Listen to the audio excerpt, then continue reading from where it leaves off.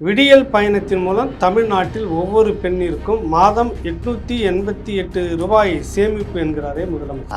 நான் வேற எதுவும் சொல்லலை. இந்த 888 எங்கிருந்து வந்துச்சுன்னு பார்த்தேன். கரெக்டாக பார்த்தா டாஸ்மாகில் குவார்டர் பாட்டில் 112ன்னு ஏதோ. அவர் திமுக தோத்து போன திமுக வேட்பாளர் பேர் பால ஜனாதிபதி. அவர் அதுக்கப்புறம் அரசியலில் விட்டு அவர் தான் இப்போது பால பிரஜாபதி அடிகள். இப்போ இவர் இப்படி பேசுகிறாரு அப்படின்னு கேட்டால் 1996 திமுக வேட்பாளராக இருந்து தோற்று போனவர் வேறு எப்படி பேசுவார் இப்படின்னு தான் என்னால் பதில் சொல்லணும். தமிழ்நாட்டுக்கு ஒரே ஒரு முதல்வர் நான் நினச்சிட்டு இருக்கீங்க. எல்லா அமைச்சரும் சரி, ஒரு பக்கம் அமைச்சர்கள், அதுக்கப்புறம் எம்பிக்கள், மாவட்ட செயலாளர்கள், மாப்பிள்ளைகள் எல்லாமே நான் முதல்வர். ஆமாம், ஜாஃபர் சாதிக்கு அவர் முதல்வர் மாதிரி செலவுப்பட்டிருக்காரு. அவர் 31 வயசு ஒரு பொண்ணு, அதுக்கப்புறம் ஒரு 26 வயசு 27 வயசு. இந்த 27 வயது இளைஞருக்கு கல்யாணம் ஆகி அவன் ஒய்ஃப் 7 மாதம் கர்ப்பிணி, இறந்து போயிட்டாங்க. ஒன்றும் இல்லை, அந்த குடிநீரில் கழிவு நீர் கலந்துருக்கு. அதை அரசு எந்த நடவடிக்கையும் எடுக்கலை. கழிவு நீரை இந்த பக்கம் வெட்டி விட்டுறாங்கன்னு சொல்லி வழக்கு பல வருடங்களாக சென்னை உயர்நீதிமன்றத்தில் இருக்குது. கலெக்டர்கிட்டலாம் போய் எனக்கு தெரிஞ்சே ஒரு 5 வருஷமாக இருக்குது. நான் அதில் வேறு சில காரணங்களுக்காக ஃபாலோ பண்ணிகிட்டு இருக்கேன். இது நடந்திருக்கு. யாராவது முதல்வர் ஏதாவது வாயை திறந்தாரா? போய் பார்த்தாரா? உதயநிதி போய் பார்த்தாரா? இதெல்லாம் நீங்க ஏடிஎம்கேல நடந்து நேரம் மொத்த மீடியாவும் சேர்ந்து கொதிச்சு தமிழ் பண்ணிருப்பீங்க. பண்ணி நிறைய முற்போக்குகள்லாம் வெளியில நேரம் ரைட் அப்லாம் எழுதி மாசு என்ன பண்ணாரு? மாவுக்கு மானம் உள்ள அப்படிங்கிற ஒரு அர்த்தமா இருந்தால் அவர் தன்னுடைய பதவியை ராஜினாமா பண்ணிருக்காரு. 50 பேர் ஐசியூல. தமாத்தூண்டு மேட்ரு, ஜுஜுபி மேட்ரு. என்ன மேட்ரு? ஜுஜுபி மேட்ரு. எப்ப தெரிஞ்சது? ஜாஃபர் சாதிக்க பார்த்த உடனே செந்தில் பாலாஜி 10 ரூபா ஒரு குவார்ட்டருக்கு. இந்த 10 ரூபாயா நம்ம என்னைக்கு சேர்க்கறது? தமிழ்நாட்டுக்கு தண்ணீர் திறந்து விட நாங்கள் ஒன்றும் முட்டாள்கள் அல்ல அப்படின்னு சொல்லிட்டு துணை முதலமைச்சர் டி.கே. சிவகுமார், கர்நாடகா துணை முதலமைச்சர். நம்மளை முட்டாள்கள்னு சொல்றவனுக்கு போய் நீங்க பிரச்சாரம் பண்ணிட்டு வந்தீங்களா? இன்னைக்கு உங்களை முட்டாள்கள் திட்டுறாங்களா அப்படின்னு. அது தேர்தல் வேற சார், இது வேற.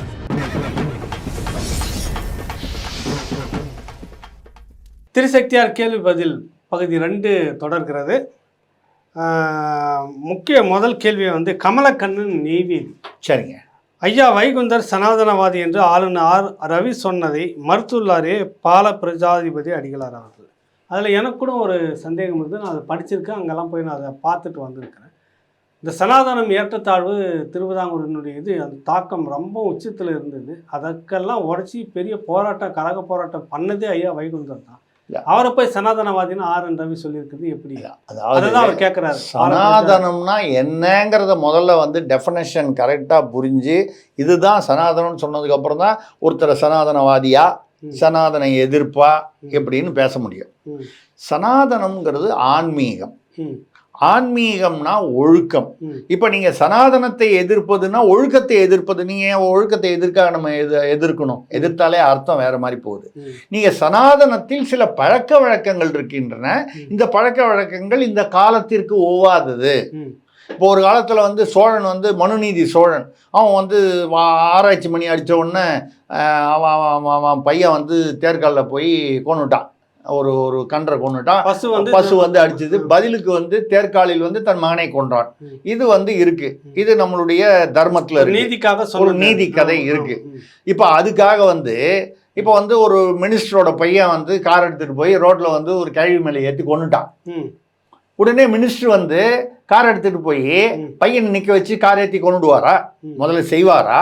அடுத்தது செய்தால் அது சட்டபூர்வமாக சரியா? சரி வராது. இப்போ நம்ம பெருமைக்காக சொல்கிறோம். புறாவுக்கு தன்னுடைய தசையை வெட்டி கொடுத்தான் சோழன். இப்போ மனுநீதி சோழன் தன்னுடைய தேர்காலில் இட்டான் தன் மகனைன்னு. நீங்கள் அந்த காலகட்டத்துக்கு அது சரியாக இருந்தது.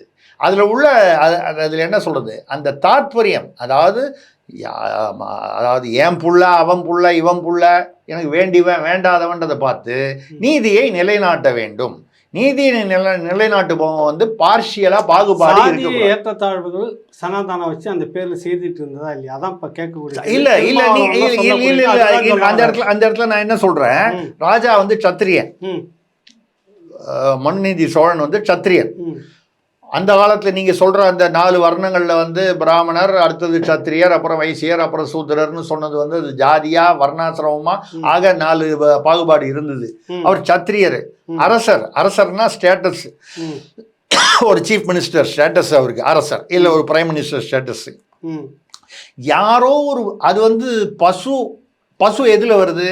பிராமின்ல வருதா, சத்திரியர்ல வருதா, வைசியர்ல வருதா, சூத்திரர்ல வருதா? எதுலையுமே வரல. அது மிருகத்துல வருது. ஒரு மிருகத்துடைய கன்று, ஒரு மிருகம், இன்னொரு மிருகம், அந்த மிருகத்தை வந்து ஒரு அநீதி நடந்து போச்சு அப்படிங்கும்போது தன்னுடைய மகனான அரசனுடைய மகன், சத்திரியனுடைய மகன் மிருகத்தை விட மனிதன் மேல் எண்ணும் பொழுது மிருகத்திற்காக தன்னுடைய மகனை தேர்காலில் இட்டு கொண்டார். அந்த இடத்துல நம்ம வந்து எல்லாரும் அதனால வந்து வீட்டில் வந்து என் பையன் வந்து போய் யாரையாவது வந்து அழிச்சிட்டு வந்துட்டான்னா மண்டையில் உடச்சிட்டு 8 தையல் போட்டா என் பையன் மண்டையில் உடைச்சா அதே 8 தையல் போடுவேன்னு சொல்றதுல அர்த்தம் இல்லை. என்ன சொல்றோம்னா பாகுபாடு இல்லாமல் நியாய அநியாயங்களை அந்த காலத்துல அரசர்கள் பார்த்தார்கள். இதுதான் அதுல உள்ள தாற்பயம். அந்த வகையில் நீங்க மனுநீதின்றீங்க, அதான் மனுநீதின்றீங்க. அதுதான் அது மனுநீதி. சாதி ஏற்றத்தாழ்வு, இப்படி ஒடுக்குமுறை இப்படி எல்லாம் வச்சுக்கிட்டு இருந்தது. அன்னைக்கு 4 வர்ணம் இருந்தது. அன்னைக்கு 4 வர்ணம் இருந்தது. அது தொழிலாளர் 4 வர்ணம் இருந்தது. பிறப்போக்கும் எல்லா உயிருக்கும் எழுதினது வந்து என்ன, போன வருஷம் பெரியார் வந்த அப்புறம் தான் எழுதினாங்களா? பிறப்போக்கும் எல்லா உயிருக்கும் எழுதினது எத்தனை வருஷம் ஆச்சு? இதே மனுநீதி அந்த பீரியட்ல தானே எழுதினாங்க. குகனுடன் ஐவரானோம்னு ராமாயணத்துல வந்து குகன் ஒரு சாதாரண ஒரு படகோட்டியை வந்து நீ என்னோட சகோதரன்னு கட்டி அணைச்சிக்கிட்டதெல்லாம் அப்போ, அதாவது ஒதுக்கப்படவில்லை என்று நான் சொல்லவில்லை. நீங்க இந்த ஒதுக்கப்பட்ட ஒரு எக்ஸாம்பிள் எடுத்துக்கிட்டு அதை வந்து நீங்க வந்து விமர்சனம் பண்றீங்க. ஒதுக்கப்படாமல் சேர்த்து கொண்ட எக்ஸாம்பிள் எடுத்து இப்படியும் நடந்திருக்குன்னு நான் சொல்ல வர்றேன். இதை விட்டுருவோம். நம்ம வந்து இங்கே வந்து என்ன, நீங்கள் கேட்ட கேள்வி வந்து இவங்க என்ன சொல்கிறாங்க, ஐயா வைகுந்தர் வந்து அவர் வந்து இவர் இல்லை, அதே மாதிரி பட்டினத்தார், வள்ளலார் இவங்கெல்லாம் வந்து ஆன்மீகமே இல்லை, நாத்திகவாதிகள்னு. நாத்திகம் என்றால் முடை நாற்றம், நாத்திகம் பேசும் நாக்கு முடை நாற்றம்னு பேசியிருக்காரு. யாரு? வள்ளலார். நாத்திகம் பேசும் நாக்கு முடை நாற்றம். முடை நாற்றம்னா அப்படியே கப்படிக்குதுன்னு சொல்லுவோம். அப்போ அப்போ நாத்திகத்துக்கு எதிராக இருக்கிறார்னா என்ன அர்த்தம்? ஆன்மீகத்துக்கு ஆதரவாக இருக்கிறார். தெய்வம் என்பது ஒரு தெய்வமா, பிள்ளையாரா, முருகனா, அது நம்ம அதுக்குள்ளே போல. அது எந்த தெய்வமாக இருக்கலாம், ஒன்றே குலமாக கூட இருக்கலாம், ஒரே தேவனாக இருக்கலாம். ஆனால் ஆன்மீகம், தெய்வ நம்பிக்கை என்பது இருந்தது. அது வள்ளலாருக்கும் இருந்தது, பட்டினத்தாருக்கும் இருந்தது, ஐயா வைகுந்தருக்கும் இருந்தது. இப்போ நீங்கள் இதெல்லாம் விட்டுட்டு ஐயா வைகுந்தர் வந்து அவர் சனாதனவாதி இல்லைன்னு சொல்கிறார் இல்லையா? இந்த ஐயா வைகுந்தர்னு இன்னைக்கு இருக்கிற பால பிரஜாபதி யாருன்னு தெரிஞ்சிங்கன்னா ஏன் சொல்கிறாருன்னு சொல்லுவோம். நம்ம அந்த பழைய மேட்டரை விட்டுட்டு புது மேட்டருக்கு வருவோம். 1996 பத்மநாபபுரம் தொகுதியில் சி வேலாயுதம்னு பிஜேபி வேட்பாளர் நிற்கிறார் தேர்தலில், எம்எல்ஏ தேர்தலில். அவரை எதிர்த்து பால ஜனாதிபதினு ஒருத்தர் நிற்கிறார். நின்று 5000 ஓட்டில் தோத்து போயிடுறார். பிஜேபி ஜெயிச்சிருச்சு. பத்மநாபபுரம் வழக்கமாக அந்த நாகர்கோயில் அந்த சைடு அவங்க ஜெயிப்பாங்க. கன்னியாகுமரி வழக்கம் அது எப்பவுமே உண்டு பத்மநாபபுரத்தில். அவர் திமுக தோத்து போன திமுக வேட்பாளர் பேர் பால ஜனாதிபதி. அவர் அதுக்கப்புறம் அரசியலில் விட்டு அவர் தான் இப்போ பால பிரஜாபதி அடிகள். இப்போ இவர் இப்படி பேசுறாரு அப்படின்னு கேட்டா 1996 திமுக வேட்பாளராக இருந்து தோத்து போனவர் வேற எப்படி பேசுவாரு இப்படின்னு தான் என்னால் பதில் சொல்ல முடியும். சரி, பார்க்கலாம். நம்ம ரகுவாசன், புதுக்கோட்டை. சரிங்க. விடியல் பயணத்தின் மூலம் தமிழ்நாட்டில் ஒவ்வொரு பெண்ணிற்கும் மாதம் 888 ரூபாய் சேமிப்பு என்கிறாரே முதலமைச்சர். என்ன கணக்கு வச்சிருக்காங்க பாருங்க. 1000 ரூபா கொடுக்குறாங்க, பஸ்ஸு வந்து இலவசமாக கொடுக்குறாங்க. இதான் போக 888 ரூபா இவங்க வந்து மிச்சம் முடிக்கிறாங்க. டாட்டா விலையெல்லாம் பார்த்தீங்கன்னா 999 அந்த மாதிரி. 99 எனக்கு ஒரு டவுட் என்ன வருதுன்னா, நீங்கள் தண்ணி அடிப்பீங்களா? எனக்கு அந்த பழக்கம் இல்லை. சனியா நமக்கும் அந்த முன்னாடி இருந்துச்சு, இப்போ இல்லை. வெளிப்படையாக சொல்கிறேன், 25 வருஷமா இல்லை. இந்த டாஸ்மாக் வந்தப்போ நீங்கள் அடிக்கல. டாஸ்மாக்கு நீங்கள் இது இல்லை, கன்சூமர் இல்லை நீங்கள், நானும் இல்லை. தெரில, கிட்டத்தட்ட ஒரு 110 ரூபா 120 ரூபா ஒரு பாட்டில் ஏதோ குவார்ட்டர்னு சொல்லி எதுலேயோ படித்த மாதிரி இருக்குது. அவர் இந்த 1000 ரூபா கொடுக்குறாங்கல்ல, அவர் என்ன சொல்கிறார், எல்லாரும் ஒரு பாட்டில் டாஸ்மாக்கு 112 ரூபா வச்சுங்க, அதை கழிச்சா எவ்வளோ வருது? 888 ரூபா. அப்போது ஒரு மாதத்துக்கு நீங்கள் ஒரே ஒரு பாட்டில் டாஸ்மாக் தான் பெண்கள் வந்து போய் வாங்குறாங்க. மிச்சம்லாம் ஆண்கள் போய் வாங்கிக்கிறாங்க. பெண்கள் வந்து 888 ரூபா சேமிக்கிறாங்க. ஒரே ஒரு பாட்டில் டாஸ்மாக் மாசத்துக்கு ஒரு தடவை மட்டும் போய் பெண்கள். இப்போ பெண்கள்லாமும் நீங்கள் போய் பார்த்தீங்கன்னா டாஸ்மாக் வாசலில் பெண்கள் கூட்டமும் இருக்கு. ஆண்கள் கொஞ்சம் அதிகமாக இருக்கே தவிர பெண்களும் நின்று குடிப்பதை நம்ம பார்க்குறோம், ஓரமாக உட்காந்து குடிக்கிறது. ஸோ அப்போ என்ன சொல்றாரு, அவங்களாம் மாசத்துக்கு ஒரு டாஸ்மாகில் ஒரு பாட்டில் வாங்கினா கூட மிச்சம் 888 ரூபா மிச்சப்படுதுன்னு. இல்லைன்னா நான் வந்து வேற எதுவும் சொல்லலை. இந்த 888 எங்கிருந்து வந்துச்சுன்னு பார்த்தேன்.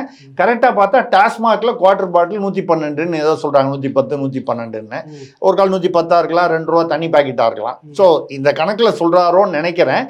நமக்கு அது டாஸ்மாகில் போய் ரெகுலராக பழக்கப்பட்டவங்களுக்கு தான் அந்த கணக்கு கரெக்டாக புரியும். கரெக்டாக போயிடும். மலர்விழி மணிவண்ணன், திருச்சி. ஹிட்லரை தோற்கடித்தவர் அந்த ஸ்டாலின், மோடியை தோற்கடிப்பார் நம்ம ஸ்டாலின் அப்படின்னு கவிஞர் மனுஷிய புத்திரன். யார் இந்த மனுஷிய புத்திரன்? அதாவது அப்துல் ஹமீதுன்ற அவருடைய இஸ்லாமிய அழகான அந்த ஒரு நல்ல பெயரை வந்து நான் வந்து நான் தமிழ் கவிஞன், தமிழ் பேச்சாளன், தமிழ் இலக்கியவாதி அப்படின்னு சொல்லி நல்ல தெளிவான சமஸ்கிருதத்தில் மனுஷிய புத்திரன், மானுட புத்திரன் வச்சுக்கூடாதா தமிழில்? மனுஷிய புத்திரன் அப்படி நம்ம வந்து மிருக புத்திரன் நீங்கள் இருப்பீங்க. இல்லை, அது சில பேர் இவங்களுக்கெல்லாம் புரியாது. ஐயா கலைஞர் அவர்களே வந்து தட்சிணாமூர்த்தின்னு அவங்க அப்பா அம்மா வச்ச பேரை இது வந்து தமிழ் பேர் இல்லை, கருணாநிதினு வச்சார். தட்சிணாமூர்த்திங்கிறது தட்சிணம்னா தெற்கு, அது வந்து சமஸ்கிருதத்துலேருந்து வந்தது. கருணாநிதினா கருணைங்கிற வார்த்தையும் கருணான்ற சமஸ்கிருத வார்த்தை தான், நிதின்றது சமஸ்கிருதத்துலேருந்து தான் வந்தது. அப்போ தெரியல அவருக்கு. பிற்காலத்தில் தமிழ்லாம் நிறையா படிச்சு கிடிச்சு வந்திருந்தாருன்னா தெரிஞ்சிருக்கும். அதுக்கப்புறம் மறுபடியும் வந்து பேர் மாற்ற முடியாது. ஆனால் தான் பார்த்தீங்கன்னா திமுக காரங்க யாருமே நீங்கள் கருணாநிதினு பேர் சொன்னால் கோவப்படுவாங்க, கலைஞரை தான் சொல்லணும். ஓ, அதுதான் காரணமா? ஏன்னா அது சமஸ்கிருத பேர். ஓ, அதனால தெரியாம வச்சுட்டாரு, அதை சொல்லக்கூடாது. அது தெரியாம வச்சுட்டாரு, கலைஞர்னு வச்சிருங்க. மாத்துறதுக்குள்ள ரொம்ப வயசாகி போச்சு, இனிமேல் மாற்ற முடியாது. ஆனால் கலைஞர்னு வச்சுட்டா இனிமேல் கலைஞர்னு சொல்லிடலாம் இல்லையா? அதுக்காக தான் நீங்க கருணாநிதினு சொல்லவும் கோவம் வரும் திமுக காரங்களுக்கு. கலைஞர்னு சொல்லு மிரட்டுவாங்களா இல்லையா? அதான் இதான் காரணம். அந்த மாதிரி மனுஷிய புத்திரன்னு அவர் என்ன சொல்றாரு, அந்த ஹிட்லரை இவங்களுக்கெல்லாம் வந்து இந்த நான் தமிழும் தெரியாது, ஆங்கிலமும் தெரியாது, சரித்திரமும் தெரியாது, சயின்ஸும் தெரியாது. ஹிட்லர் வந்து எல்லாரையும் எவ்வளோ பேரை வந்து அவனுடைய நாட்டுக்காக யூதர்களை விரட்டினான், கொன்றான். அவன் வந்து செஞ்சது பாவம்லாம் செஞ்சான். கடைசியில் அவன் வந்து அவ்வளோ வீரமாக செயல்பட்டவன் கடைசியில் தற்கொலை பண்ணிட்டு செத்து போனான். எப்போ பெருசாக வீரனாக பில்டப் கொடுக்குறவன் பூரா உள்ளுக்குள்ள கோழையாக தான் இருப்பான். சரிங்களா? இது ஹிட்லர், அது ஒரு சரித்திர உதாரணம். ஹிட்லரை வந்து பண்ண ஸ்டாலின்னு கூகுளில் எடுத்து பாருங்க. ஸ்டாலின் எத்தனை பேரை கொலை பண்ணியிருக்காரு? ரஷ்ய அப்பாவி மக்களை, பெண்களை, குழந்தைகளை ரஷ்யாவின் ஸ்டாலின், அதிபராக இருந்த ஸ்டாலின் அதிபராக வருவதற்கு முன்பும் வந்ததற்கு பின்பும் எத்தனை லட்சக்கணக்கானவர்களை கொண்டிருக்கிறார் என்று பாருங்க. இப்போ ஹிட்லரை கொண்டார் அந்த ஸ்டாலின், மோடியை வந்து தீர்த்து கட்ட போறாரு எங்க ஸ்டாலின் அப்படின்னு சொன்னா இவர் யாரை இழிவுபடுத்துறாருன்னே தெரியல. அந்த ஸ்டாலின் வரலாறு தெரிஞ்சா இந்த ஸ்டாலின் பேரை வந்து பழையபடி அவர் பேர் என்னமோ சொல்லுவாங்க, ஐயா துறை என்னமோ சொல்லுவாங்க. நம்ம முதல்வர் ஸ்டாலின் வந்து அவங்க வீட்டில் அவங்க அப்பா அம்மா எப்படி அவங்க அப்பா அம்மா வந்து கலைஞருக்கு வந்து தட்சிணாமூர்த்தின்னு வச்ச மாதிரி இவருக்கு ஐயா துறைன்னு பேர் வச்சதாக ஒரு செய்தி உண்டு.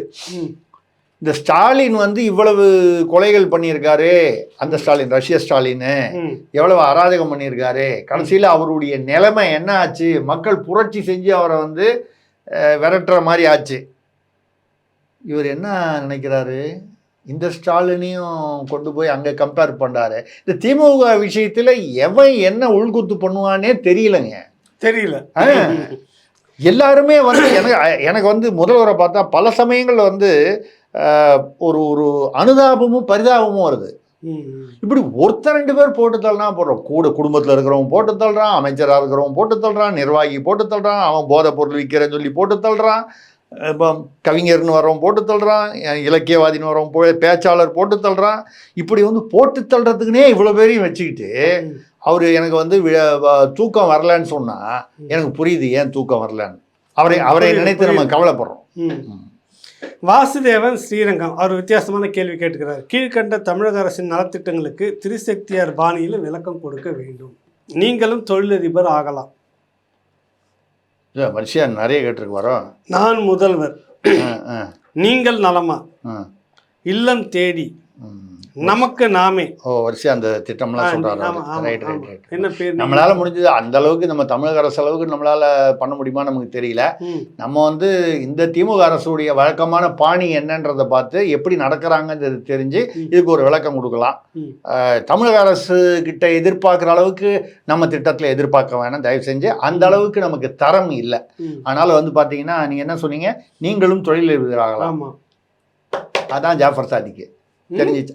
ஜாஃபர் சாதிக்கு தொழிலதிபர் ஆயிட்டாரு. சும்மா சாதாரணமா வந்து டிவிடி திருடி வித்துட்டு இருந்தாரு. ம். ஜக்குபாய் டிவிடி திருடி வித்துட்டு இருந்தாரு.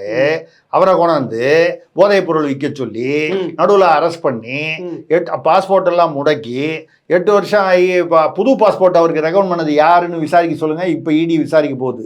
அவருக்கு புது பாஸ்போர்ட்டு திமுகவை சேர்ந்த ஒரு முக்கிய புள்ளி தான் வந்து விசாரணைக்குள்ள வராரு. ஸோ வந்து பண்ணி இப்போ அவர் வந்து உலகம் முழுக்க மலேசியாவில் இப்போ வந்து மலேசியாவில் வந்து இவருக்கு பாஸ் இருந்தாரா, மலேசியாவில் இவருக்கு என்னென்ன தொடர்புகள்னு பாருங்க. மலேசியாவில் வந்து விசாரணைக்கு வந்து அந்த யாரோ துங்கு அப்துல் யாரோ அந்த டிஜிபி, நம்ம ஒரு டிஜிபி மாதிரி, பட் அவர் தலைமறைவு ஆகாத டிஜிபி அங்கே இருக்கார். அவர் தலைமறைவுலாம் ஆகலை. அந்த டிஜிபி வந்து நான் விசாரணை பண்ணுறேன், இவருக்கு மலேசிய தொடர்புகள்னு.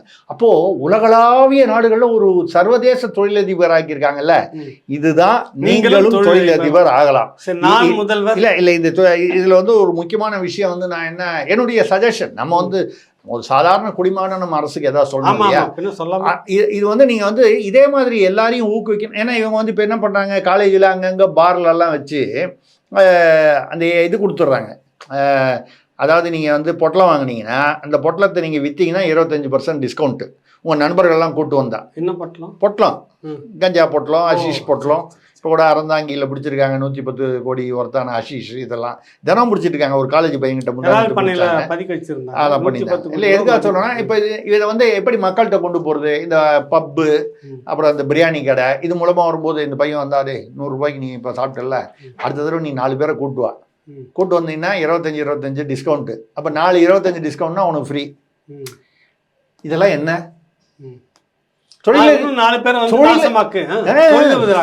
நாசமாக்கு? அந்த மாதிரி வார்த்தையெல்லாம் பேசாதீங்க. திராவிட சித்தாந்தம் புரியாம பேசாதீங்க. ஏகலைவன் 4 ஒருத்தன் மூலமாக நாங்கள் 4 பேரை தொழிலதிபர் ஆக்கிக்கிறோம்.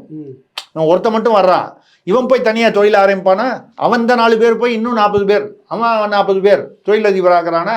இப்படி கொண்டு போய் நாங்கள் எப்படி எந்த அளவுக்கு கொண்டு வருவோம்னா, புதுசாக ஒரு காவல் நிலையம் திறக்கிறாங்கன்னு வச்சுக்கோங்க. ஒரு ஊரில் ஏதோ ஒரு கிராமத்தில் ஒரு புது காவல் நிலையம். நாங்கள் இனிமேல் வந்து பெரிய அதிகாரிலாம் வச்சு திறக்க மாட்டோம். அந்த ஊர்லேயே யார் இருக்கிறதுலையே முள்ள மாதிரி கேப் மாதிரி செயின் அறுத்துட்டு போகிறவன், இல்லை வந்து அந்த பீரோவை போட்டு அப்படி ஜன்ன வழியாக பீரோவை பக்கத்தில் இது பண்ணுறான் பாருங்க, சத்தம் போடாமல். அந்த மாதிரி ஆட்களை கூப்பிட்டு நாங்கள் வந்து காவல் நிலையத்தை திறக்க சொல்லுவோம். இனிமேல் போலீஸ் ஸ்டேஷன் திறக்கிறதுக்கு வெளியிலேருந்து நாங்கள் எஸ்பியை கூப்பிடுறது, அப்புறம் வந்து கலெக்டர் கூப்பிடுறது, இந்த வேலையெல்லாம் கிடையாது. அனாவசிய தொந்தரவே கிடையாது. நமக்கு நாமே. அதனால என்ன செய்யணும், அந்த ஊர்ல யாரு கேடி, யாரு கிரிமினல், யார் பேர்ல அதிகமான வழக்குகள் இருக்கோ அவனை கூப்பிட்டு அவனுக்கு வந்து காவல் நிலையத்தை திறக்க சொல்லி அவனுக்கு ஞாபகமா ஒரு கேடயம் கொடுத்து அனுப்பணும். அதுதான் முக்கியம், கேடயம். இது அடுத்தது நான் முதல்வர். இப்பவே அப்படித்தானே இருக்கு. தமிழ்நாட்டுக்கு ஒரே ஒரு முதல்வர் நினைச்சிட்டு இருக்கீங்க. எல்லா அமைச்சரும் சரி, ஒரு பக்கம் அமைச்சர்கள், அதுக்கப்புறம் எம்பிக்கள், மாவட்ட செயலாளர்கள், மாப்பிள்ளைகள் எல்லாமே நான் முதல்வர். ஆமா, ஜாஃபர் சாதிக்கு அவர் முதல்வர் மாதிரி செலவுப்பட்டிருக்காரு. அவர் தம்பிகள் எல்லாமும் முதல்வர் மாதிரி ஸோ இப்போ நான் முதல்வர்ங்கிறது வந்து நீங்க என்னமோ வந்து தமிழ்நாட்டுக்கு ஒரு முதல்வர்னு கிடையாது. யார் யாரெல்லாம் இந்த திராவிட சித்தாந்தத்தில் ஈடுபட்டிருக்காங்களோ அவ்வளவு பேரும் முதல்வர்கள். நான் முதல்வர். அப்புறம் நீங்க என்ன கேட்டீங்க, நீங்கள் நலமா? அதாவது நாங்கள் என்ன செய்ய போகிறோம், அரசு பொது மருத்துவமனை இருக்குல்ல, எல்லாத்துலேயும் வந்து முன்னாலெல்லாம் வந்து இந்த கேன்சருக்கு ஒரு பிளாக்கு, அப்புறம் வந்து இந்த கைனகாலஜி பெண்களுக்கு உண்டான அந்த பிரிவு இது தனி, அப்புறம் ஒரு வியாதிக்காகவும் புற்றுநோய்க்கு இதுன்னு தனித்தனியாக கட்டடம் ஒரு பிளாக் இருக்கும். நாங்கள் இந்த போதை மருந்துக்காக ஒரு புதுசாக ஒரு கட்டடம், ஒரு பிளாக் வந்து எல்லா அரசு மருத்துவமனைகளிலும், அப்புறம் எல்லா தனியார் மருத்துவமனைகளிலும். ஏன் வந்து தனியார் மருத்துவமனைகளில் முக்கால்வாசி நாங்கள் எங்கள் அரசியல்வாதிகள் கிட்ட தானே இருக்கு, நாங்கள் தானே வச்சுருக்கோம். ம். இந்த ஆஸ்பத்திரி வச்சிருக்கிறதுலாம் யாரு? பெரிய பெரிய ஆஸ்பத்திரி நீங்கள் பேர்லாம் நினச்சி பாருங்க, பின்னால் யாருன்னு பார்த்தீங்கன்னா திராவிட அரசியல்வாதிகள் தான். எந்த யாருன்னு நம்ம சொல்ல வேண்டாம். அதான் நாங்க போய் ஹாஸ்பிட்டல்ல படுக்கும்போதே தெரிஞ்சிரும். அது தெரிஞ்சிடும், உங்களுக்கு தெரியும். அதான் அதை வந்து உங்களுக்கு வந்து அது வந்து போதை மருந்து அப்படின்னு தனி ஒரு பிளாக் வச்சிருவோம். ம். அப்போ வந்து நாங்கள் வந்து எதுக்காக இதை வைக்கிறோம்? அதுதான் நீங்கள் நலமா. ஓ அதுவா அது? நீங்கள் நலமா. சரி, இல்லம் தேடின்றதுக்கு இல்லம் தேடி தான் அது அது இதுவும் திருப்பி திருப்பி அதே மேட்டர் தாங்க. இவ்வளவு நாள் என்ன பண்ணாங்க? கல்லூரி பள்ளியை தேடி தேடி கொண்டு போய் இந்த பொட்டலம் விற்க சொன்னாங்க. இப்போ அவன் வந்து இப்போ இந்த பிரச்சனை வந்ததுக்கப்புறம் அந்த பப்பில் போய் வாங்கணும், அங்கே போய் வாங்கணும், இங்கே போய் கடையில் போய் வாங்கணும், கடைக்காரன் மாட்டிக்கிறான். எதுக்கு இவ்வளோ சிரமம்? வீடு வீடாக பொட்டலத்தை கொண்டு போய் கொடுத்துட்டோம்னா இல்லம் தேடி. இல்லம் தேடி முதல்வர் தான் வரணுங்கிறது இல்லை, யாராவது வந்து இல்லம் தேடி பொட்டலம் கொடுத்துட்டு போவாங்க.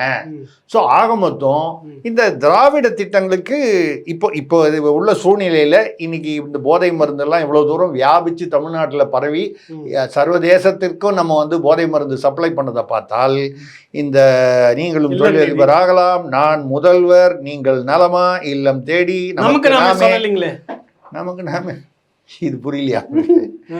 இவங்கெல்லாம் இதெல்லாம் பண்ணிட்டு போயிடுவாங்க. சரி, நீங்கள் ரோடு போடணும், நீங்கள் வந்து அப்புறம் குழால தண்ணி வரல, இதுக்கெல்லாம் வந்து யாரு?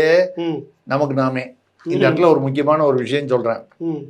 பெரம்பலூர் மாவட்டத்தில் வீகளத்தூர் அப்படின்னு ஒரு இடத்துல கல்லாற்று தண்ணீரில் குடிநீரில் வந்து கழிவு நீர் வந்து கலந்து, குடிநீரில் கழிவு நீர் கலந்து 50 பேர் ஆஸ்பத்திரியில் ஐசியூவில் இருக்காங்க, ஆண்கள் பெண்கள்.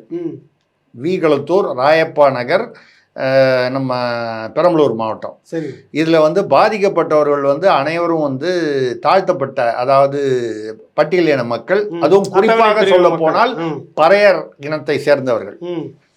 இதில் வந்து 2 பேர் இது வரைக்கும் இறந்து போயிட்டாங்க. ஒரு 31 வயசு ஒரு பொண்ணு, அதுக்கப்புறம் ஒரு 26 வயசு 27 வயசு. அந்த 27 வயது இளைஞருக்கு கல்யாணம் ஆகி அவன் ஒய்ஃப் வந்து 7 மாதம் கர்ப்பிணி, இறந்து போயிட்டாங்க. ஒன்றும் இல்லை, அந்த குடிநீரில் வந்து கழிவு நீர் கலந்துருக்கு. அதை வந்து அரசு வந்து எந்த நடவடிக்கையும் எடுக்கலை.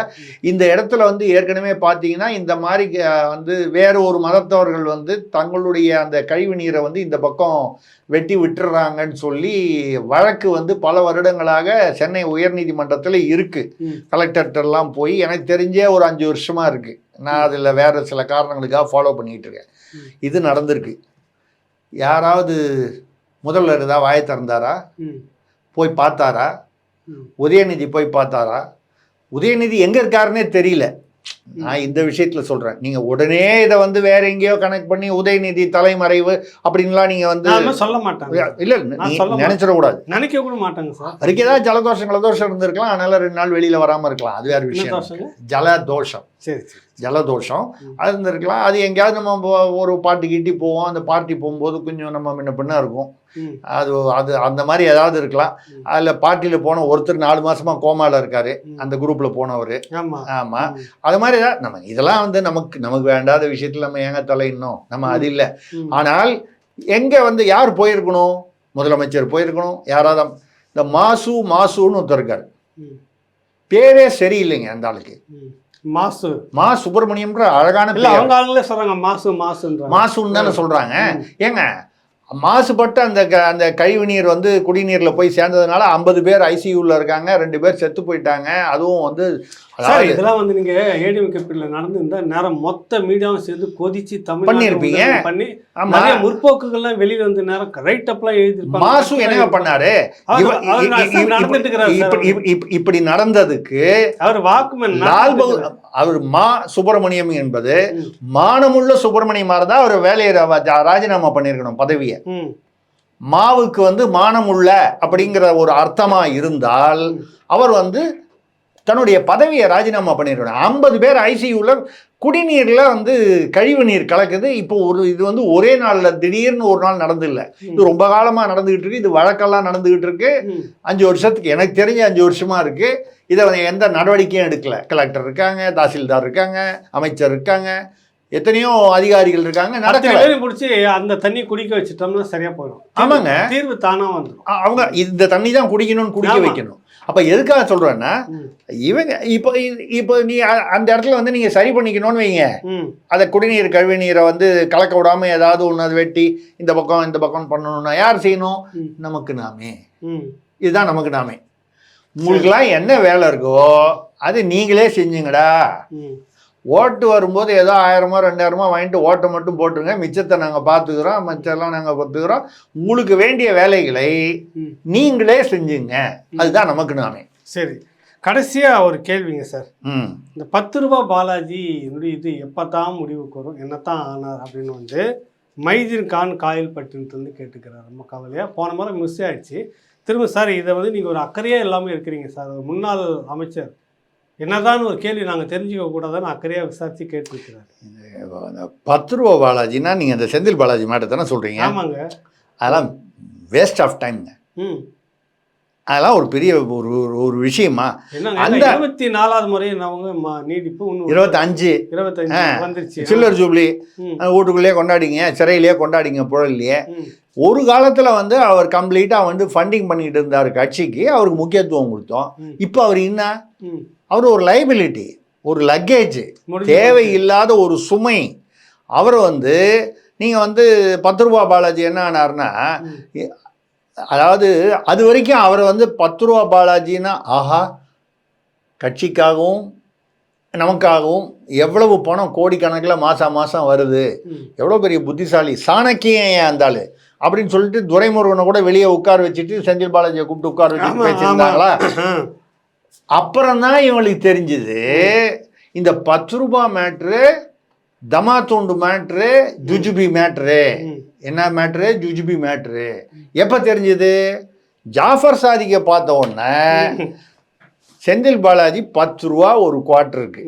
இந்த 10 ரூபாயா நம்ம என்னைக்கு வந்து சேர்க்கறது? என்ன மிஞ்சி போனால் ஒரு வருஷத்துக்கு 1 லட்சம் கோடி சேர்க்கலாமா?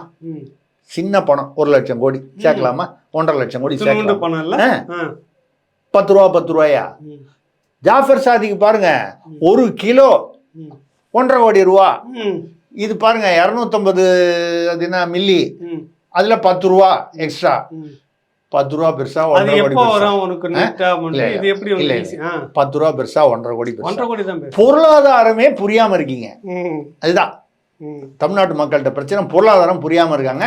அதனால செந்தில் பாலாஜியை பற்றி எங்களுக்கு இனிமேல் கவலை இல்லை. 10 ரூபா பாலாஜி உள்ளே எனக்கு கிடைத்த தகவலில் வந்து அவர் வந்து செந்தில் பாலாஜி வந்து சிறைக்குள்ளேயே தனக்கு வந்து பாதுகாப்பு இல்லை, அவருடைய குடும்பத்தார் வந்து சிறைக்குள்ளேயே அவருக்கு சாதிக் பாட்சா போன்று ஏதாவது ஒன்று நிகழலாம் அப்படின்னு சொல்லி அவருக்கும், அதே மாதிரி காணாமல் போயிருக்கிற அசோக்கும் வந்து மத்திய அரசை தொடர்பு கொண்டிருக்கிறார்.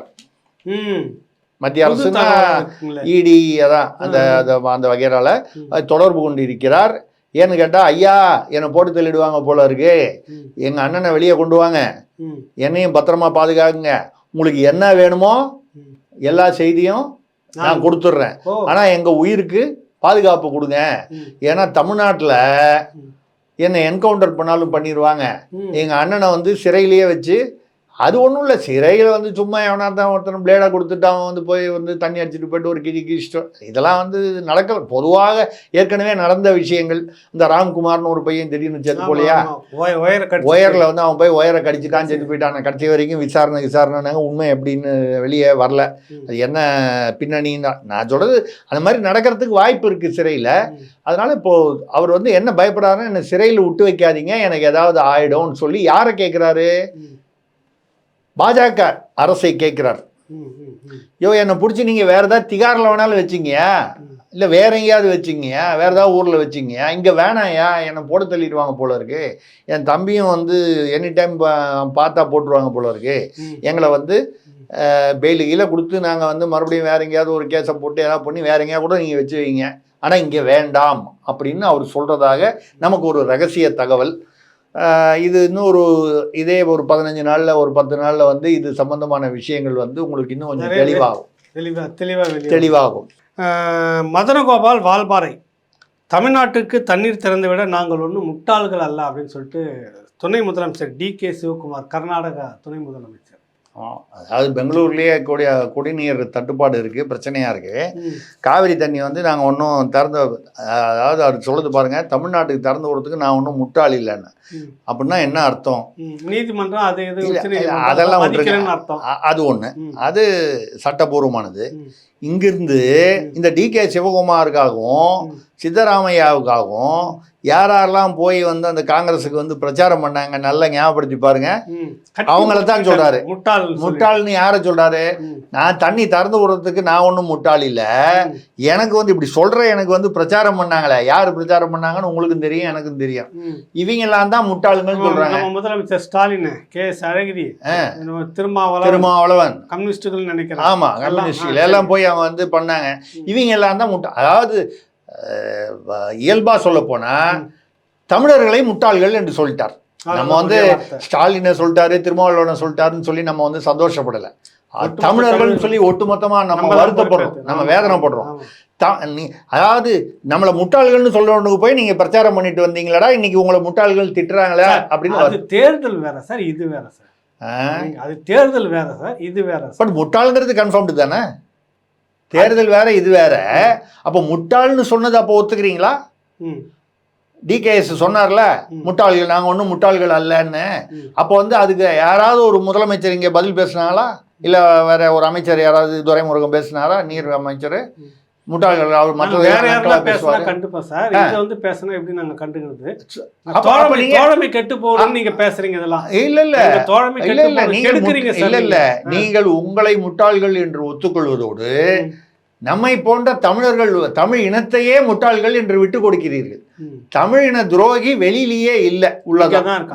அப்ப இறந்தால் பெண்களை தீக்குளிக்க சொன்னது RSS, கணவர் இருந்தார் பெண்களை தீக்குளிக்க சொன்னது வந்து RSS அப்படின்னு சொல்லிட்டு செல்வ பெருந்தகை காங்கிரஸ் கட்சியினுடைய புதிய தலைவராக வந்திருக்கக்கூடிய செல்வ பெருந்தகை சகோதரர் கேள்வி கேட்டிருக்கிறாரு. இறந்தால் பெண்களை தீக்குளிக்க சொன்னது RSS-ஆ? சரி, அவருக்கு வரலாறும் தெரியாது, அவருக்கு என்ன தெரிஞ்சது தெரியல. இது வந்து முதல்ல இந்த, அதாவது பெண்களை தீக்குளிக்க சொல்லுதுன்றது இந்த சதி அப்படின்னு ஒரு இது இருந்துச்சு. அது எதனால வந்துச்சுன்னா, முகலாயர்கள் காலத்துல அவங்க வந்து நம்ம இந்துக்கள் ராஜாக்கள் இவங்களெல்லாம் வந்து போய் சண்டையில தோத்துட்டாங்கன்னா, அவங்க ராஜாவோட ஃபேமிலி, அவங்க கூட இருக்கிற அந்த அடிமைகள், அந்த பணிப்பெண்கள் எல்லாத்தையும் ஒட்டுமொத்தமாக தூக்கிட்டு வந்து அவங்க இது அவங்களுடைய அந்தப்புறத்தில் வச்சுக்கிட்டு அவங்க என்ன வேணால் பண்ணுவாங்க. அவங்களுடைய கற்புக்கு இது வரும். இது மாதிரி இன்னொருத்தனால வந்து கற்பழிக்கக்கூடாது, இல்லை அசிங்கம் ஆகக்கூடாதுன்றதுனால அவங்க வந்து, அதாவது பாதுகாக்கக்கூடிய கணவனோ இல்லை அரசனோ இறந்து போயிட்டா அந்த கணவரோடையே வந்து உடன்கட்டை ஏறுறதுன்றது தான் இந்த சதி வந்தது. இது முகலாயர் காலத்தில் தான் வந்தது, அதுக்கு முன்னாலே இல்லை. சரி, இது இந்து மதத்தில் ஏதோ வந்ததுன்னு இல்லை, அந்த காலகட்டத்தில் அது அவசியமாக வந்தது. அதை வந்து ராஜா ராம்மோகன் ராய்னு ஒருத்தர் தான் வந்து அதுக்கு எதிராக போராடி, பிரிட்டிஷ் அரசோட வந்து போராடி பிரம்ம சமாஜம்னு ஒன்று வச்சிருந்தாரு. 1772 பிறந்து 1833 என்னமோ அவர் வந்து இதை வந்து இருந்தார், அது வரைக்கும் இருந்தார். அவர் தான் பிரம்ம சமாஜம்னு. அவர் வந்து இதை வந்து கொண்டு வந்து அந்த சதி இதை வந்து பிரிட்டிஷ் காலத்திலேயே இது வந்து சட்ட விரோதமானது அப்படின்னு சொல்லி அதை தடை செய்தார். எப்போ? அவருடைய பீரியட்லேயே 1829 அந்த பீரியட்லேயே வந்து இது வந்து தடை ஆயிடுச்சு. யார் செஞ்சா? வில்லியம் பென்டிங்னு, அவர் தான் முதல் கவர்னர் ஜெனரல், வெள்ளக்காரன். அவன் பீரியட்ல ராஜா ராம்மோகன் ராய், பிரம்ம சமாஜம் இவர்களுடைய முயற்சி. ராஜா ராம்மோகன் ராய் வந்து ஒரு உயர் சாதியினர், நான் சாதிக்காக சொல்லலை, அவங்க பாடுபட்டு போராடி பிரிட்டிஷ்காரனை கன்வின்ஸ் பண்ணி 1829 லார்டு பென்டிங் அப்படின்னு கவர்னர் ஜெனரல் வந்து இந்த சட்டத்தை கொண்டு வரான். இது அதாவது சதி வந்து அதாவது சட்ட விரோதம்னு சொல்லி. இது முடிஞ்சு போச்சு 1829. மறுபடியும் அதை வந்து ரீகன்ஃபார்ம் பண்ணி அதையே கொஞ்சம் அமெண்ட்மெண்ட் பண்ணி 1862 இன்னொரு மறு வடிவம் சட்டம் வருது. RSS வந்து முதலாக தோன்றியது 1925. இப்போ செல்வ பெருந்தகை எவ்வளோ பெரிய புத்திசாலிங்கிறது உங்களுக்கு புரிஞ்சிடுச்சுங்களா? RSS பிறக்கிறதுக்கு கிட்டத்தட்ட 100 வருஷத்துக்கு முன்னாலேயே வந்து இந்த சட்ட விரோதம்னு சொல்லி கொண்டு வந்து இந்தியாவில் உள்ள யாரோ ஒரு சுதந்திர போராட்ட வீரர் அவர் வந்து வெள்ளைக்காரனை கன்வின்ஸ் பண்ணி வாங்கிட்டாங்க. முடிஞ்சு போச்சு RSSன்னு. இவருக்கு தெரியாத ஒரு சமாச்சாரத்தையும் நம்ம சொல்லணும். ஏன்னா செல்வ பெருந்தகைக்கு வரலாறு தெரியாதுன்னு அவரே இப்போ ஒத்துக்கிட்ட மாதிரி ஆகுது. இந்த சதி யார் வந்து செஞ்சாங்கன்னு பேரில் ஒருத்தர் பேரில் கேஸு உத்தரப்பிரதேசத்தில் கோர்ட்டில் கேஸு. ஒரு அம்மாவை வந்து சதி ஏற சொல்லி கட்டாயப்படுத்தினாங்க. அப்போல்லாம் என்ன பண்ணுவாங்கன்னா, அந்த பொம்பளைக்கு இஷ்டம் இருக்கோ இல்லையோ, ஏதாவது புருஷன் போயிட்டான் அதுக்கப்புறம் நீ வேலையை விட்டு தள்ளி விட்டுருவாங்க. ஸோ அந்த மாதிரி தள்ளி விட்டதா ஒருத்தர் பேரில் கேஸு, சொந்தக்காரர், அந்த பொண்ணுடைய சகோதரரோ தாய் மாமனோ யாரோ, அந்த உன் புருஷன் போயிட்டா நீ இனிமேல் எதுக்கு இருக்குன்னு சொல்லிப்பார். அவர் பேரில் கேஸு. அந்த கேஸுக்கு போய் அவருக்கு சாதகமாக வாதாடி அவர் செய்தது ஒன்றும் தவறில்லை. யாரு? தன்னுடைய சகோதரியை வந்து உடன்கட்டையில் தள்ளி விட்டவர் வந்து செய்தது தவறில்லை அப்படின்னு வாதாடிய வக்கீல் யாருன்னு கேட்டால், செல்வத்தை பெருந்தகை வந்து இப்போ வந்து குமுறாருல ராகுல் காந்தி, அவருடைய கொள்ளுத்தாத்தா எள்ளுத்தாத்தா மோத்திலால் நேரு, ஜவஹர்லால் நேருடைய தந்தை மோத்திலால் நேரு 1913 சதிக்கு தூண்டிய ஒருத்தரை வந்து அவர் பேரில் உள்ள குற்றவாளிக்கு வழக்கறிஞராகி அவரை விடுதலை பண்ணார். இதுதான் சரித்திரம். இதில் ஆர்எஸ்எஸ் எங்கே ஆக மொத்தம் யாராவது குற்றவாளிகள்னா அது காங்கிரஸுக்குள்ளேயே தான் இருக்காங்க, வேற வெளியில் இல்லை. ஆர்எஸ்எஸ் வந்து தோன்றுவதற்கு 100 வருடத்துக்கு முன்னாலேயே இந்த சதிக்கு எதிரான திட்டம் வந்து வெள்ளக்காரனே கொண்டு வந்துட்டான். வெள்ளக்காரன் கொண்டு வரதுக்கு இந்தியாவில் ராஜா ராம்மோகன் ராய் இன்னும் பல பேர் காரணம், மகாத்மா காந்தி உட்பட பல பேர் காரணம். பட்டு குழந்துட்டாங்க, பாவம் அவருக்கு தெரியல. கலையரசி பட்டுக்கோட்டை தான் இந்த கேள்வி கேட்டிருந்தவங்க ஆர்எஸ்எஸ் சொன்னது. அடுத்ததாக வந்துட்டு மேகநாதன் கொளத்தூர், சரிங்க, பெண்களுக்கும் சொத்தில் சம உரிமை என்று வாங்கி கொடுத்தது திமுக அரசு தான் என்கிறாரு முதலமைச்சர் ஸ்டாலின். முடியலைங்க, நம்மளால முடியல. பெண்களுக்கு சம, அதாவது ஒரு ஆண் இறந்து விட்டார் அதாவது அப்படின்னு சொன்னால் அது அந்த முன்னாலெல்லாம் வந்து ஒரு காலம் வரைக்கும் பையனுக்கு மட்டும்தான் சொத்து, பொண்ணுக்கு கிடையாது, ஒரு பீரியட் வரைக்கும். அதுக்கப்புறம் வந்து சம உரிமை வந்துருச்சு. இப்போ ஒரு 2 பையன் 2 பொண்ணுன்னா 4 பிரித்து வந்துடும். நான் உதாரணத்துக்காக சொல்கிறேன். இதை வந்து திமுக தான் வாங்கி கொடுத்ததுன்னு.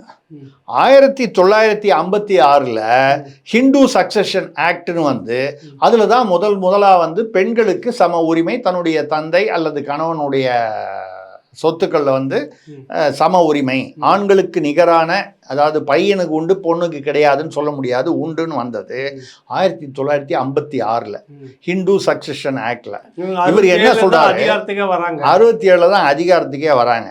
அது மட்டும் இல்லாமல் இவர் என்ன சொல்றாருன்னா, 2005 வாக்கில் நாங்கள் வந்து திமுக போராடி வாங்கி கொடுத்தோம்.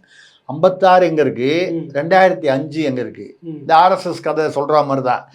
எதை வந்து சொல்றது, அடிச்சு விட்டு பெண்களுக்கு சம உரிமை வாங்கி கொடுத்தது திமுக தான்னா, இன்னைக்கு சரித்திரம் தெரியாத இளைஞர்கள் என்ன நினைப்பாங்க, எல்லா பெண்களும் வந்து நமக்கெல்லாம் உரிமை வாங்கி கொடுத்தது பாருங்க. அதாவது திட்டமிட்டு மக்களை பொய் பிரச்சாரம் செய்து ஏமாற்றுவதையே தொழிலாக வைத்திருக்கிறார்கள். வருத்தத்திற்குரிய விஷயம். இறுதியாக வந்து இதுக்கு நீங்கள் ஏற்றதுக்கு ஒன்று சொல்கிற மாதிரி சொல்லுங்க. முதலமைச்சர் இப்போ இருக்கக்கூடிய ஸ்டாலின் அவர்களுடைய திருமணத்திற்கு ஈவேரா பெரியார் அவர்களும் ராஜாஜி அவர்களும் தள்ளாத வயதில் அறிஞர் அண்ணாதுரை அவர்களுமா தெரியல நேரில் வந்து வாழ்த்தி சென்றார். அந்த அந்த அந்த நீங்க சொன்ன அந்த பார்த்தேன் புத்தகம் இருக்கு, அந்த அது எழுதியிருக்கு. எனக்கு பார்த்தோன்னே பகீர்னாச்சு. 75 இவருக்கு திருமணம், 73 பெரியார் வந்து இறந்துட்டாரு, அதுக்கு முன்னாடியே ராஜாஜி இறந்துட்டாரு. ஆவியா வந்து வாழ்த்திட்டு போயிட்டாங்களோ. இப்போ புரியுதுங்களா? நம்ம ஒரு 2 வாரம் முன்னால் நம்ம வந்து பேசும்போது ஸ்டாலினின் மேல் உட்கார்ந்த ஆவிகள் வந்து பாருங்க, கரெக்டா 3 ஆவி வந்து அவர் பேர்ல ஸ்டாலின் பேர்ல உட்கார்ந்து இருக்குன்னு யாரோ ஒரு திமுக நிர்வாகியோ அமைச்சரோ ஒருத்தர் யாரோ பேசி அதை யாரோ கேள்வி கேட்டிருந்தாங்க. அப்போ உண்மையா இல்லையா? உண்மைதான். அப்போ வந்து அவருடைய கல்யாணத்துக்கு பெரியார் வந்திருக்காரு, ராஜாஜி வந்திருக்காரு, அண்ணா வந்திருக்காரு, 3 பேரும் ஆவியா தானே வந்திருக்கணும். அப்போ அந்த 3 ஆவியும் வந்துட்டு எங்க போகும்? சாப்பிட்டுட்டு முதலமைச்சர் அவர் ஸ்டாலின் பேர்லயே இருக்கு, அதைத்தான் ஒருத்தர் கேள்வி கேட்டிருந்தாரு, நம்ம பதில் சொன்னோம். ஆக கரெக்டாக தான் நம்ம வாசகர்கள் வந்து கரெக்டாக தான் கேள்வி கேட்குறாங்க. நல்லதுங்கய்யா, வணக்கம், நன்றி. வணக்கம். ஒரு முக்கிய அறிவிப்பு. ஆய்வறிஞர் ஐயா மாசோ விக்டர் அவர்கள் ஏற்கனவே ஒரு 25 புத்தகங்கள் தமிழரின் தொன்மை குறித்து, வரலாறு குறித்து, பண்பாடு குறித்து, வாழ்வியல் குறித்து, இப்படி பல்வேறு துறைகளில் ஆய்வு செய்து கொண்டு வந்த 25 புத்தகங்கள் ஒரு 2 ஆண்டுகளுக்கு முன்பு ஜனவரி மாதம் வெளியிடப்பட்டது. இப்பொழுது அடுத்த ஓரிரு மாதங்களில் மேற்கொண்டு ஒரு 34 புத்தகங்கள், மொத்தம் 17,000 பக்கம். இந்த 34 புத்தகங்களையும் வெளியிடுவதற்கான ஏற்பாடுகள் விரைந்து நடந்து கொண்டிருக்கிறது. கிட்டத்தட்ட ஒரு 35-40 லட்ச ரூபாய் தேவைப்படுது. அதில் ஒரு 35 லட்ச ரூபாய் வரைக்கும் ஐயா ஏற்பாடு செய்துட்டாரு. இன்னும் ஒரு 5-10 லட்சங்கள் மட்டும் குறைவாக இருக்கிறது. அது எவ்வளவு முடியுமோ அவ்வளவு விரைவாக திரட்டி புத்தகத்தை வாங்கணும். அதுக்கான ஏற்பாடில் இருக்கிறாரு. அதை ஒட்டி ஒரு அறிவிப்பை வந்து மாசோ விக்டர் ஐயா அவர்கள் வந்து கொடுத்திருக்கிறார். என்னவென்றால் மொத்தம் 34 புத்தகங்கள், விற்பனை விலை வந்து 15,000 ரூபாய். நீங்கள் முன்கூட்டியே ஒரு 10,000 ரூபாய் கொடுத்து பதிவு செய்து விட்டீர்கள் என்றால் புத்தகம் வெளிவரும்போது உங்களுக்கு 5,000 ரூபாய் குறைந்த அந்த விலையில் உங்களுக்கு அனுப்பி வைக்கப்படும். முன் வெளியீட்டு திட்டம் அப்படின்னு சொல்லிட்டு இருக்கிற பேரில் 10,000 ரூபாய். இந்த வங்கி கணக்கு எல்லாம் விவரங்கள் எல்லாம் பக்கத்திலே இருக்குது, நீங்கள் பார்த்துக்குங்க. புலம்பெயர்ந்த தமிழ் உறவுகள், எல்லா நாட்டிலும் இருக்கக்கூடிய தமிழ் மக்கள், இந்த புத்தகங்கள் ஒவ்வொன்றும் வீட்டில் இருக்க வேண்டியது, வாசிக்க வேண்டியது மிகவும் அவசியம். அடுத்த தலைமுறை நமக்கான வரலாற்றை படித்து தெரிந்து கொள்ள வேண்டிய ஒரு முக்கியமான காலகட்டத்தில் நம்ம இருக்கிறோம். மிக பெரும் வாழ்நாளை முழுக்க செலவு செய்து மிக பெரும் ஆய்வு நூலை வெளிக்கொண்டு வந்திருக்கின்றார். அது விரைவில் வெளிவர வேண்டும். ஒரு சிறு தொகையால் அது வந்து தொய்வாகவே இருக்கிறது. எனவே அந்த முன் வெளியீட்டு திட்டத்தை அறிவித்திருக்கிறார். உங்களால் எவ்வளவு முடியுமோ அவ்வளவு பேர் விரைந்து முன்தொகை அந்த வங்கி கணக்குக்கு கொடுத்துட்டு அதுக்கான கீழே தொலைபேசி எண்ணும் இருக்கிறது. அதிலே அவருக்கு நீங்கள் தகவலை கொடுத்துட்டீங்கன்னாக்கா அந்த முகவரிக்கு புத்தகங்கள் அனுப்பி வைக்கப்படும் அப்படின்னு சொல்லிட்டு ஐயா சொல்லியிருக்கிறாரு.